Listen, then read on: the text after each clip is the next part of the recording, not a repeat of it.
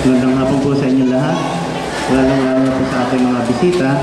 Kaya Konsehal Tony Espiritu, si Konsehal Marlon, sa ating batang-batang kapitan sa buong Pilipinas, si Kapitan Robin Feliciano, sa ating principal kay kay Sir Nicolas, at sa ating bisita kay Ma'am Policarpio. At sa mga guro, lalong-lalo na sa mga magulang na talagang nagsumikap na mapagtapos sa kanilang pag-aaral sa elementarya. At ngayon po ay mag-iisip lang po kayo kung saan nyo papasukin yung mga anak. Marami po tayong eskwelahan dito, pang-publiko at pang-pribado, pero depende po kumisan sa mga bata kung ano po ang gusto nilang pasukan na eskwelahan. Ganun pa man po sa lahat po ng mga nag-graduate, lalong-lalo na yung mga may special award, binabati po namin kayo, buong barangay council, at sana po sa mga magulang, tuloy-tuloy lang po ang suporta sa mga bata. At kayo naman mga bata, yung po nga ginagawang paghihirap ng inyong mga magulang at inyong mga guro ay suklian nyo at tumbasan nyo nang sa gayon ay marating nyo kung ano man po ang gusto nyong gawin, ang mga karangalan na inyong tatahakin. Sana makagraduate kayo lahat sa susunod na pag-aaral nyo sa mas mataas na pasukan sa sekundarya. Yun lamang po at magandang hapon po sa inyo lahat.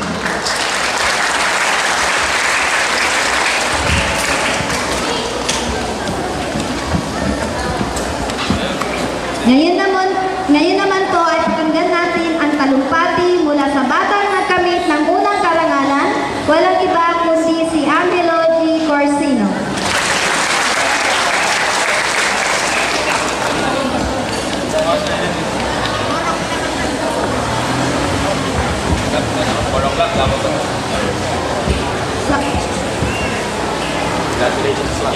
Magandang hapon po sa ating lahat.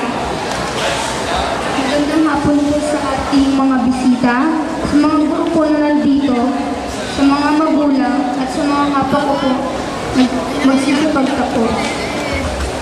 Ang isa pong malaking bagay at mahalaga pong pangyayari sa ating buhay na mag-aaral ang pagtatapos na ito, sapagkat dito po natin naaalinin ang tagumpay sa loob ng 6 na taon po nating pagsisikap at pagtitiyaga.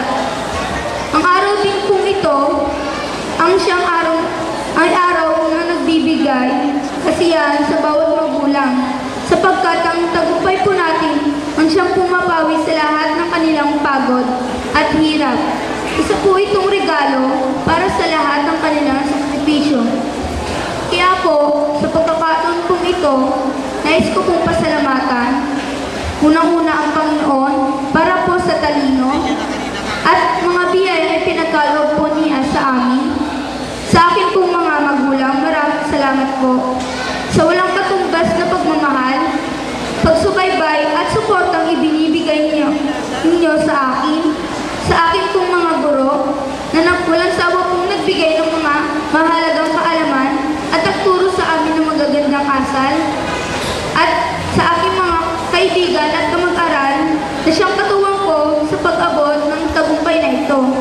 Maraming salamat po sa inyong lahat. Ang tagumpay na ito ay hindi ko makakamit kung wala kayo. Kayo po ang naging inspirasyon ko. Totoo pong walang imposible sa taong nangangarap.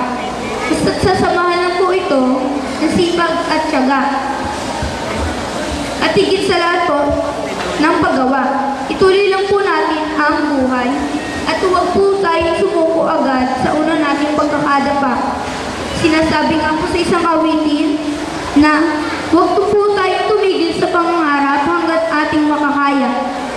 Sapagkat unti-unti po natin itong mararating at sa huli makikita po natin ang tagumpay.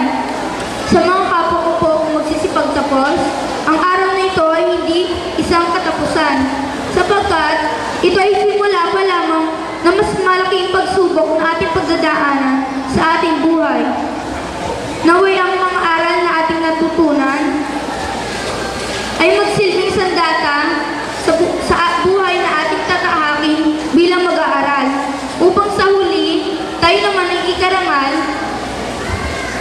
ng ating mga magulang. paaralan. At higit sa lahat ng ating bayan, at magsilbi po tayo inspirasyon sa ibang mag-aaral. At muli po, maraming salamat at magandang hapon po.